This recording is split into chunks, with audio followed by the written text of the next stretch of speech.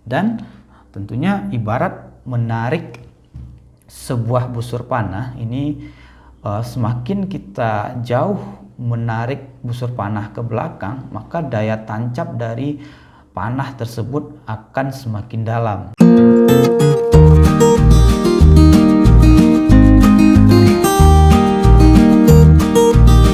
Assalamualaikum warahmatullahi wabarakatuh. Saya ucapkan selamat datang dan bergabung kembali kepada seluruh mahasiswa, Bapak, Ibu, dan rekan-rekan yang menyaksikan video ini, baik dalam perkuliahan maupun yang ingin menambah ilmu pengetahuannya berkaitan dengan hukum. Nah, pada kesempatan kali ini kita akan membahas dalam pengantar ilmu hukum, yaitu pada pertemuan kedua atau pertemuan lanjutan. Ini kita membahas berkaitan dengan ilmu hukum empiris. Nah, seperti yang kita lihat pada cover tadi, pokok bahasan kita pada video kali ini adalah yang pertama, yaitu menguraikan tentang sosiologi hukum, antropologi hukum, psikologi hukum, sejarah hukum, dan perbandingan hukum. Nah, ini yang akan kita bahas, tentunya bagaimana hukum itu terbentuk dan bagaimana strategi-strategi dari hukum itu sendiri dilahirkan di dalam suatu negara ataupun di dalam suatu masyarakat. Baik, kita langsung masuk kepada yang pertama, yaitu sosiologi hukum. Nah, hukum berhubungan erat dengan masyarakat. Nah, kita tentunya tahu atau telah mengamati baik secara langsung ataupun tidak langsung, ternyata ada aturan yang mengatur itu baik tertulis ataupun tidak tertulis antara kita dengan orang lain. Nah, itu dalam ranah pribadi. Bagaimana dengan masyarakat? Nah, kalau dalam masyarakat tentunya akan lebih spesifik lagi ataupun lebih luas lagi bagaimana hukum itu lahir dan tumbuh di dalam masyarakat. Sebelum kita masuk kepada yang selanjutnya, kita membahas terlebih dahulu berkaitan dengan pengertian dari sosiologi. Nah, sosiologi itu tentunya kita sudah tahu, ini mungkin hanya mengulang saja bagi Bapak, Ibu, ataupun kawan-kawan yang sudah mengetahuinya. Ini merupakan sebuah cabang ilmu, ini membahas mengenai kemasyarakatan. Nah, jadi di dalam sosiologi itu membahas berkaitan dengan kemasyarakatan. Ini kalau dalam cabang ilmu sosiologi ataupun program studi sosiologi ini akan membahas lebih dalam berkaitan dengan ilmu kemasyarakatan ini. Selanjutnya, sosiologi hukum ini mengkaji hukum sebagai hubungan antar manusia. Nah, seperti yang kita sebutkan tadi, jika kita ada berinteraksi dengan orang lain dan menimbulkan hak, kewajiban, ataupun di sini ada norma kesopanan, kesusilaan atau agama, ini sudah masuk ke dalam ranah hukum, walaupun di sini belum tertulis ataupun yang sudah tertulis. Selanjutnya adalah mengenai hukum dengan masyarakat. Nah, bagaimana masyarakat ini terbentuk? Sebelumnya tentunya dari individu-individu yang melakukan hubungan antara satu dengan yang lainnya. Nah, individu-individu ini akan membentuk sebuah keluarga. Nah, keluarga satu dengan keluarga yang lain ini tentunya juga akan berhubungan nantinya yang kita sebut nantinya dalam bentuk masyarakat. Nah, jadi ini masyarakat ini merupakan gabungan beberapa keluarga ataupun lebih dari beberapa keluarga membentuk suatu kesatuan wilayah yang kita namakan dengan masyarakat. Nah, masyarakat ini tentunya memiliki hukum yang lebih kompleks dari hukum-hukum yang dibentuk dari antar orang perorangan. Begitupun dengan keluarga. Nah, jadi ada hal-hal yang harus diatur di dalam masyarakat berkaitan dengan ketentuan-ketentuan umum ataupun ketentuan-ketentuan khusus yang ada di dalam masyarakat tersebut. Ini tentunya harus dipatuhi dan memiliki sanksi jika ada pelanggaran nantinya. Selanjutnya, masyarakat merupakan sesuatu yang sangat mempengaruhi perkembangan hukum. Kehidupan masyarakat yang semakin kompleks membuat hukum harus menyesuaikan diri dengan perkembangan zaman. Nah, jadi ketika perkembangan masyarakat itu semakin meningkat, maka hukum tentunya tuntutan pembentukan hukum ini harus berkembang juga sesuai dengan perkembangan masyarakat itu. Nah, ternyata pada masa sekarang itu perkembangan hukum itu lebih cenderung kepada lebih lambat dari perkembangan masyarakat. Dengan demikian lahir sebuah adagium ataupun sebuah falsafah ini berkaitan dengan perkembangan masyarakat antara hukum. Ternyata perkembangan masyarakat itu lebih dulu dari perkembangan hukum. Artinya hukum itu selalu tertinggal dari perkembangan masyarakat. Nah, bagaimana cara mengakali ataupun cara mensiasatinya agar hukum itu bisa sesuai dengan perkembangan masyarakat? Nah, tentunya dengan upaya-upaya yang dilakukan oleh pejabat yang berwenang itu ketika perkembangan masyarakat itu bertumbuh, maka hukum harus disegerakan, mau tidak mau harus disegerakan dibuat sesuai dengan perkembangan masyarakat tersebut. Nah, ini dia. Nyatanya hukum dan masyarakat memiliki hubungan yang sangat erat. Nah, jadi masyarakat berkembang, hukum pun harus berkembang. Bagaimana hukum mempengaruhi masyarakat ataupun sebaliknya. Nah, jadi bagaimana hukum itu menciptakan keadilan ataupun dengan upaya-upaya yang ada di dalam hukum itu akan tercipta suatu ketertiban di dalam masyarakat tersebut. Nah, sebaliknya adalah bagaimana sosiologi hukum itu. Nah, di sini menjadikan sosiologi hukum sebagai bidang ilmu yang penting dan menarik untuk dipelajari. Nah, sebagai contohnya saja kita dalam berlalu lintas, misalkan kita di daerah tanjakan, misalkan di jalan raya itu, misalkan kalau di daerah Sumatera Barat itu ada namanya Sitinjau Lawi ataupun Selayang gitu. Nah, daerah tersebut akan ada di sana sosiologi hukum yang berlaku di sana, karena ketika truk-truk besar yang berlawanan arah dan harus mengambil jalur, harus mengambil jalur kanan misalkan, itu diperbolehkan di dalam hubungannya sosiologi ataupun hubungan antar sopir yang satu dengan sopir yang lain. Ini dikarenakan ada unsur-unsur yang harus kita kesampingkan di sini. Misalkan dalam hukum lalu lintas itu kita melihat bahwa kita harus jalur kendaraan kita harus di jalur kiri, tidak boleh masuk kepada jalur kanan. Itu berkaitan dengan peraturan lalu lintas. Tapi bagaimana dengan sosiologi hukum ataupun bagaimana sosiologi hukum di sini bergerak ataupun memberikan suatu kelonggaran bagi orang yang berhubungan di sini? Maka sosiologi hukum itu menilai di sini ini tidak apa-apa dilanggar ini karena keselamatan. Jika seandainya mobil truk yang pada pendakian ataupun tanjakan itu tidak mengambil jalur kanan, maka mobil tersebut akan bisa mengalami kecelakaan. Nah, kecelakaan ini tentunya tidak mengefektifkan ataupun peraturan lalu lintas ataupun undang-undang lalu lintas ini tidak berjalan dengan efisien ataupun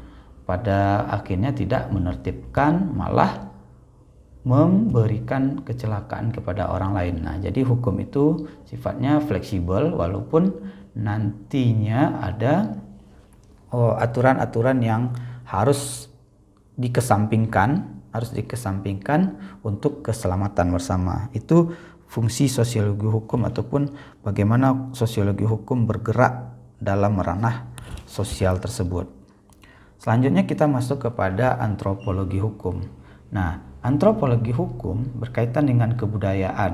Nah, berbeda dengan sosiologi hukum yang berkaitan dengan perkembangan hukum dengan masyarakat di era modern. Ini maksudnya adalah sesuai dengan perkembangan zaman.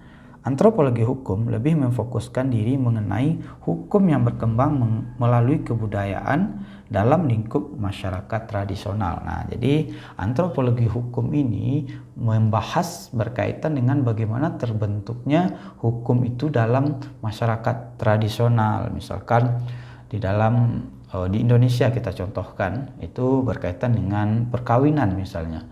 Nah, bagaimana kebudayaan di dalam suatu masyarakat itu ini dapat menimbulkan ataupun dapat melahirkan sebuah hukum yang harus dipatuhi, yang dipatuhi bersama juga, berkaitan dengan norma-norma apa saja yang diatur dalam perkawinan, apa-apa saja yang dilarang dalam perkawinan, dan lain sebagainya. Tentunya kalau di Sumatera Barat ataupun di suku Minangkabau ini berlandaskan kepada nilai-nilai Islam. Nah, hukum Islam, adat basandi syarak, syarak basandi kitabullah. Kalau hukum adatnya ini tidak boleh menyimpangi dari hukum Islam itu sendiri di Minangkabau. Nah, jadi ada hukum-hukum lain yang melekat pada hukum Islam, hukum-hukum adat ataupun yang berkaitan dengan kebudayaan ini melekat dengan hukum Islam, tapi pada intinya tidak bertentangan dengan hukum Islam itu sendiri. Nah, ini kajian dari antropologi hukum. Nah, kebudayaan-kebudayaan yang ada di Indonesia misalkan ataupun di dunia itu akan melahirkan hukum dan dibahas secara khusus ataupun secara mendalam dalam antropologi hukum. Selanjutnya kita masuk kepada psikologi hukum, psikologi hukum. Nah, seperti yang kita ketahui di sini, psikologi merupakan bidang ilmu yang berhubungan dengan kejiwaan. Nah, jadi ini bagaimana kejiwaan seseorang ataupun moral ataupun bagaimana tindakan seseorang dalam kehidupan sehari-harinya. Nah, di sini timbul pertanyaan, lalu apa hubungannya dengan ilmu hukum? Nah, psikologi hukum ini memusatkan perhatiannya pada individu. Nah, bagaimana seseorang berperilaku, karakter seseorang, moral seseorang, nah, cara berpikirnya, tingkah laku manusia, dan lain sebagainya. Ini sangat membantu dalam merumuskan aturan hukum yang sesuai dan tepat untuk diterapkan. Nah, jadi ini berkaitan dengan individu. Misalkan seseorang itu ataupun pejabat negara ini membuat suatu aturan, ataupun di sini adalah pejabat ataupun fungsionaris hukum adat sekalipun, ini dapat melakukan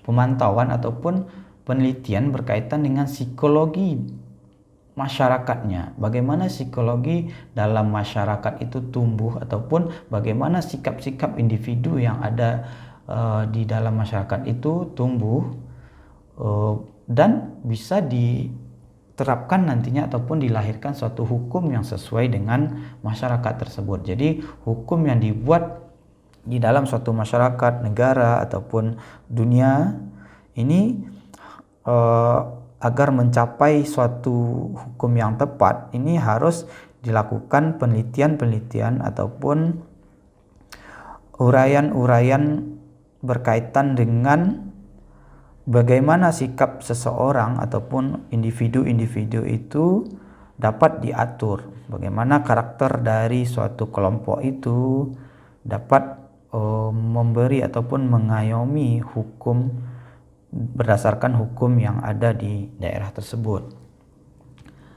Selanjutnya berkaitan dengan sejarah hukum. Nah, ini berkaitan dengan mempelajari hukum dalam aspek sejarahnya. Mempelajari bagaimana di sini perkembangan hukum dari masa ke masa, serta melakukan perbandingan dengan penerapan hukum masa lalu dengan masa sekarang. Selanjutnya, sejarah hukum menjadi penting untuk dipelajari berkaitan dengan pemilihan sistem ataupun aturan hukum apa yang efektif untuk diterapkan di dalam masyarakat pada saat ini. Nah, dari kalimat tersebut, nah, sejarah hukum ini sangat penting sekali kita pelajari. Nanti kita tidak perlu lagi mengulang hal-hal yang sudah ada di dalam hukum sebelumnya. Tentunya ketika kita tidak membaca sejarah berkaitan dengan hukum, tentunya kita meraba kembali apa aturan-aturan yang tepat ataupun aturan yang seharusnya diterapkan dalam kehidupan bermasyarakat ataupun bernegara pada saat ini. Kalau ketika kita mempelajari sejarah hukum itu sendiri, maka kita ibarat melanjutkan materi-materi hukum ataupun norma-norma hukum yang telah disusun. sebelumnya, norma hukum yang disusun sebelumnya itu bisa kita sempurnakan ataupun kita jadikan acuan ataupun malah kita bisa jadikan sebagai bahan penolakan untuk aturan yang baru. Ternyata di sini kita membahas berkenaan dengan misalkan tentang hukuman pembunuhan dengan penyiksaan, misalkan hukuman itu. Nah, dengan adanya hukuman yang aneh tersebut pada saat masa lampau itu kita jadikan acuan untuk ditolak ataupun tidak kita pakai pada masa sekarang. Dan tentunya ibarat menarik sebuah busur panah ini, semakin kita jauh menarik busur panah ke belakang, maka daya tancap dari panah tersebut akan semakin dalam. Begitupun hukum. Ketika kita mempelajari hukum yang paling kuno ataupun dasar hukum yang paling kuno sekalipun, nah ketika kita mempelajari dari awal baik itu teorinya ataupun azas-azas yang paling awal itu, maka ketika kita membahas hukum pada masa sekarang ataupun menerbitkan suatu aturan hukum pada masa saat ini, itu daya ikatnya itu akan semakin kuat ataupun daya keberlakuannya ataupun orang-orang sebagai subjeknya itu akan semakin memenuhi aspirasi ataupun keinginan rakyat ataupun yang lebih dalam lagi itu keefektifannya, seperti itu. Selanjutnya yang terakhir kita membahas berkenaan dengan perbandingan hukum. Nah, perbandingan hukum ataupun comparative law ini merupakan penggunaan metode perbandingan terhadap hukum. Nah, ini perbandingan hukum ini masuk dalam ilmu hukum empiris, yang mana di sini kita dapat membandingkan suatu hukum yang sama pada waktu yang sama dan hukum pada waktu yang berbeda. Misalkan kita pada saat ini berkaitan dengan hukum lalu lintas, itu misalkan. Bagaimana hukum lalu lintas, undang-undang lalu lintas kita itu kita bandingkan dengan undang-undang lalu lintas yang ada di negara lain. Nah, apakah ini bisa kita ambil ataupun kita adopsi hal-hal yang baik pada negara lain, atau malah ini menjadi penemuan baru bagi kita berkaitan dengan peraturan perundang-undangan lalu lintas di negara kita. Nah, perbandingan selanjutnya aturan dengan waktu yang berbeda, itu pada waktu yang sama ataupun pada pada waktu yang bersamaan, ataupun aturan positif dengan aturan positif yang ada di Indonesia misalkan dengan aturan positif yang ada di negara lain. Nah, selanjutnya perbandingan hukum itu juga kita lakukan pada masa yang berbeda, misalkan berkaitan dengan bagaimana hukum perkawinan yang ada pada masa sekarang dengan hukum perkawinan yang ada pada masa lampau. Nah, apakah ada hal-hal yang bisa kita ambil dari hukum masa lampau tersebut yang tentunya belum kita pakai pada masa sekarang ini? Ini berkaitan dengan perbandingan hukum. Nah, demikianlah perkuliahan kita pada kesempatan kali ini, yaitu pada pertemuan kedua ini kita membahas secara filosofis ataupun secara dasar ini berkaitan dengan pengantar ilmu hukum ini tentang ilmu hukum empiris.